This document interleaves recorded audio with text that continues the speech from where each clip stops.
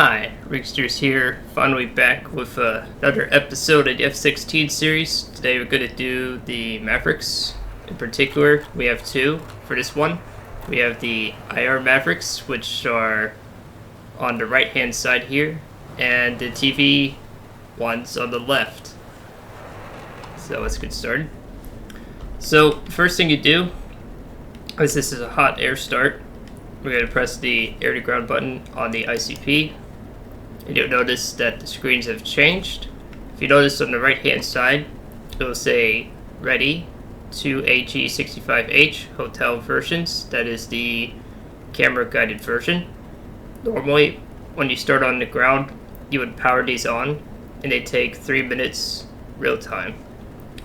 And you also notice on the upper left hand corner, it says VIS. That stands for visual mode, which means you can use your helmet and targeting pod to better guide the weapon before going to the next step.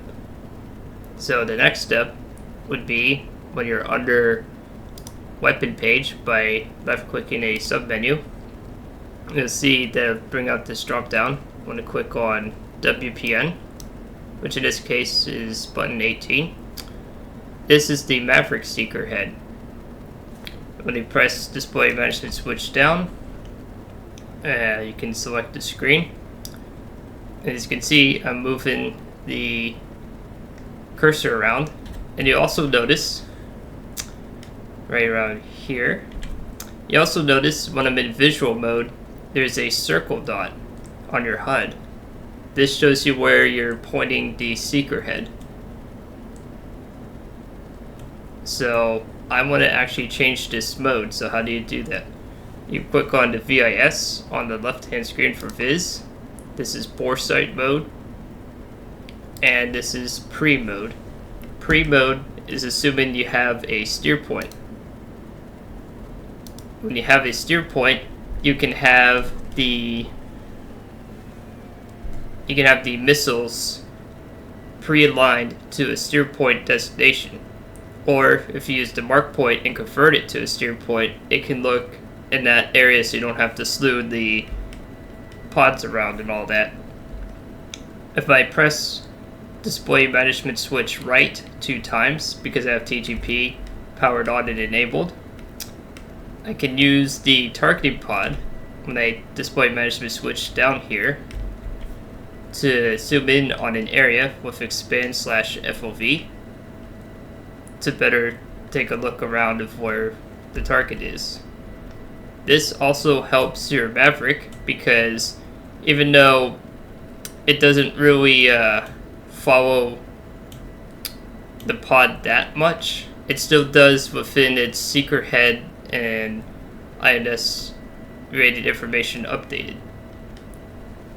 If I press waypoint 3, for example, because I have 7 waypoints, it gets it pretty close to the runway, but won't be able to see it until I get a little bit closer outside of active pause.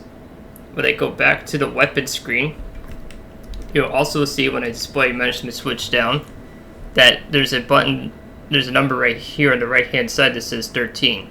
That's 13 nautical miles, which is well outside its range for the hotels. The hotels theoretically can go up to 10 nautical miles and under. They are a fire and forget weapon. So once you actually find something and lock and press the weapon release, you don't have to do anything else. The hardest part is getting the seeker head to actually look at something and contrast it, and then it says, oh, it's good. So I'm going to unpause, and we'll see it close down the range a bit. I have the autopilot turned on,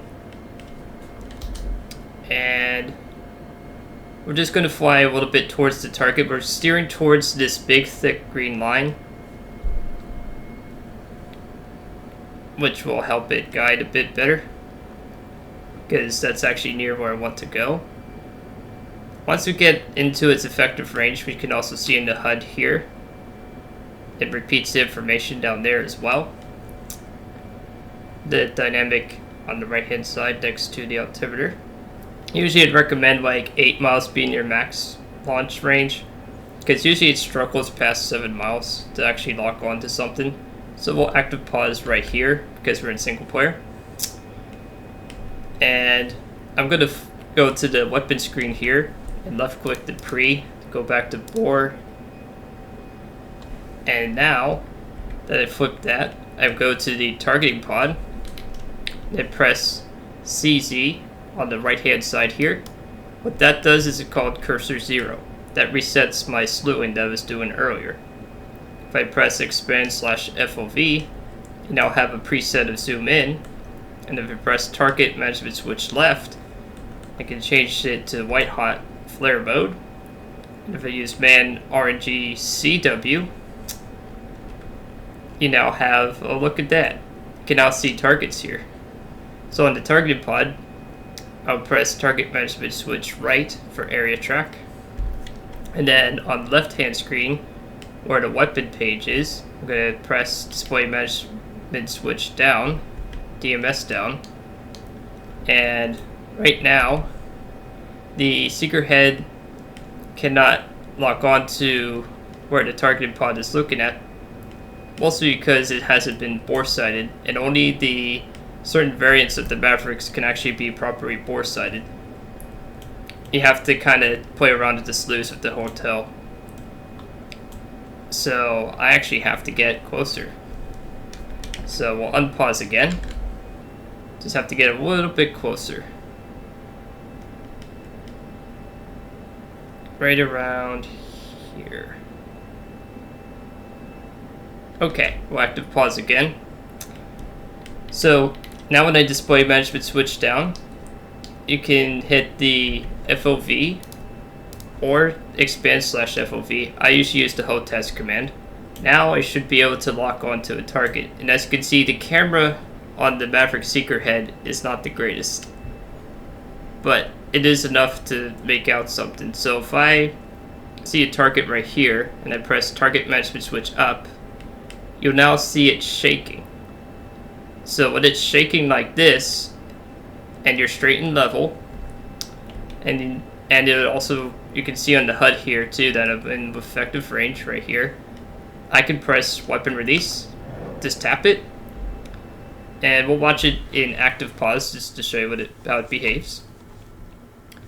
So when you tap the weapon release, the missile will automatically go to that range, and then you can either pull away, observe it, or just lock onto another target and just keep firing them away.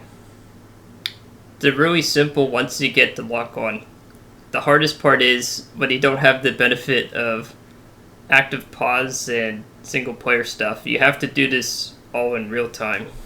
So it's very lengthy. I'll speed up just a little bit, just so it doesn't take too much time. And there we go. That's how you get a hit with this TV guided one. So let's walk up another one real quick, so that way I can show you what the IR one does. So I moved DMS down, and if you want to deselect a target, press target management switch down. And then on this target right here, I want to get that one instead. It's shaking, press weapon release, and away it goes. So now, when I display management switch right to SMS, it will show that there's no more hotels. So now we go to what's called the Deltas, my preferred weapon for the Mavericks. The IR ones are more versatile and it's easier to use in my opinion because they have a much easier lock-on rate. So once you switch into system storage management page to the Deltas, the process is the same, but now you're using IR seeking. So it's easier to lock on contrast wise. And I believe the imagery is a little bit better because it points it out a bit faster. The downside is they're slightly less range than the camera based one, but you can fire these at night, unlike the cameras. So the same process, we look for a target in the weapon page, press target management switch up to get the crosshairs shaking in pre-mode, and press weapon release. And if I press F6, they behave exactly the same outside of that. They just use IR tracking based on heat on the target. And these missiles, including the TV version, will track moving targets. So you want to be just a little bit closer if the target's moving. It can track and follow those too. For one last demonstration, we'll go to visual mode. And in visual mode, we can use the HUD to do very quick slewing. And the head will follow what you're doing as the radar cursor. Let's say like right around here. So now we have the display management switch down. Press expand /FOV. Lock on the target. And then guess what? Tap weapon release. And that's it. So the reason why you would use visual over the pre-mode is if you don't have a waypoint, you can quickly use your HUD or your helmet to look around for the cage seeker within its FOV, then quickly display management switch down the weapon page to lock onto the target or to refine its aim. So that's really how you deploy Mavericks. Now, granted, this was a very easy situation and scenario because the goal of this video was just to show you how simple it is to get started. You can do bore sighting as well, but they only really work effectively with the IR Mavericks, the Ds. And the automated handoff is not very reliable. I've tested it. There we go. So hope you enjoyed that video. And for the next weapon system, well, we'll just have to keep it a surprise. So hope you enjoyed this video. This is Rigsters Journey, signing off.